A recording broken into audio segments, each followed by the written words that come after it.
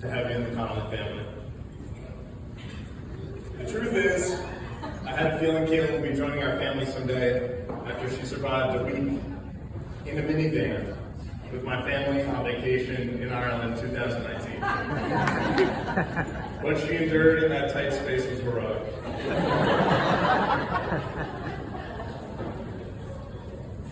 Brian was 3 years my senior. Not so old that I felt like a huge gap, but old enough that he was better than me at everything. He wasn't just my best friend, he was the toughest, fastest, funniest guy I knew.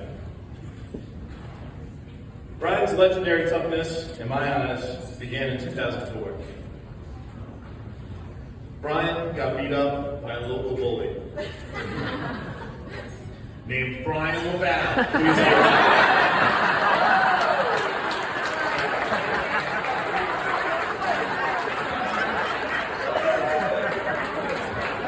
Brian Connolly then asked for a pull-up bar that summer.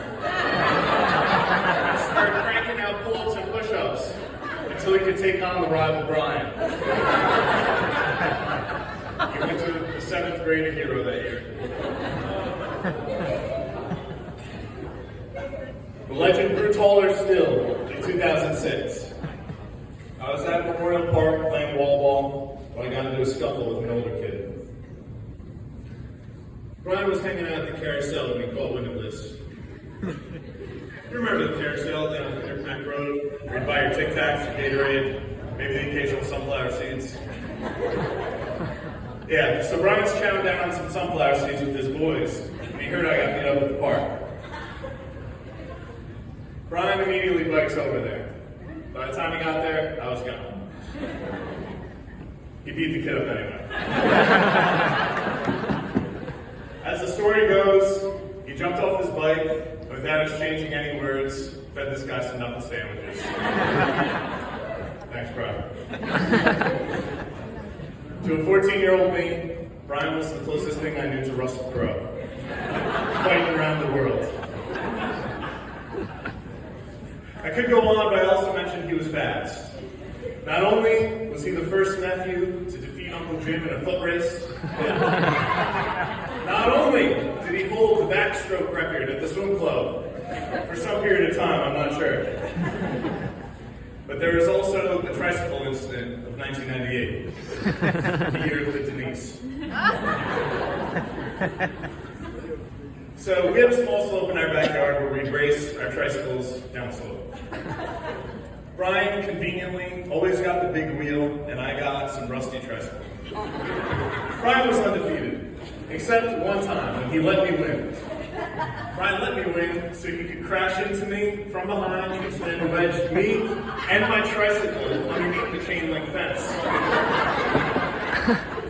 Our grandma was watching us at the time, and Brian's out there pulling me by my hands, trying to get me out from under the fence. And it was like I was caught in a Chinese finger trap. The fence got tighter around my waist. By the time Grandma Connolly came outside, Brian fled the scene. It's still the only time I've seen true fear in his eyes. I'll cut the silly stories there. I tell you them not only to get a laugh, but also to underscore that for half my life, Brian was one of my biggest heroes. And having Brian as an older brother was one of the greatest blessings of my life. I had someone who I could trust, who looked out for me. I felt like the coolest kid in town. I got to hang out with the guys in the basement. And I could also observe his successes and failures as he walked the road ahead of me. Speaking of failures,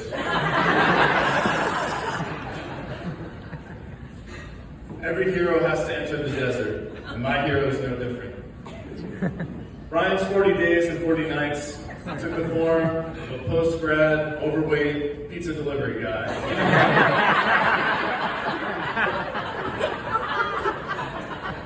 Bouncing around different odd jobs, things like delivering pizza, drywalling. The list is long, so we won't linger here. All the while, Brian never complained. Now, if there's one memory of my father that stands out from my childhood, it's actually a sound. It's the sound of his boots walking up our back deck at night. always coming home, always ready to put in another day's work, happy to see his family. And when I think of Brian finding his way through his proverbial desert, I think he has the same thing. Channeling that can-do attitude and persistent work ethic we saw through our father growing up over the years.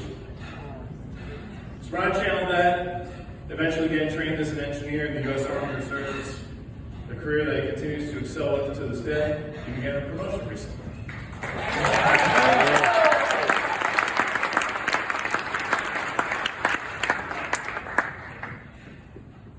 We're here to celebrate a wedding. So that's Brian Caleb. When Caleb came into the picture, I needed to do some detective work. I needed someone on the inside who could give me the scoop. So I arranged a meetup at a Shillelagh Law concert where I met Sean Boland at the bar.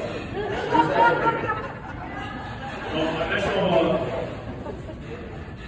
I slid Sean a Guinness, and I said to Sean, actually it was more like this. I said to Sean, Sean, you've known Caitlin for a long time. What do you think of her? And Sean said to me,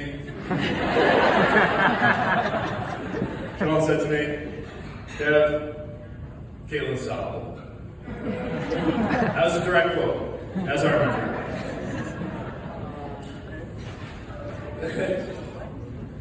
After getting to know Caitlin over the last several years, I tend to agree. She's solid. She brings enthusiasm and positive energy to every interaction. She's famous for her thoughtful gift giving, and she willingly comes and stays with my family every summer in a motel at Lake George.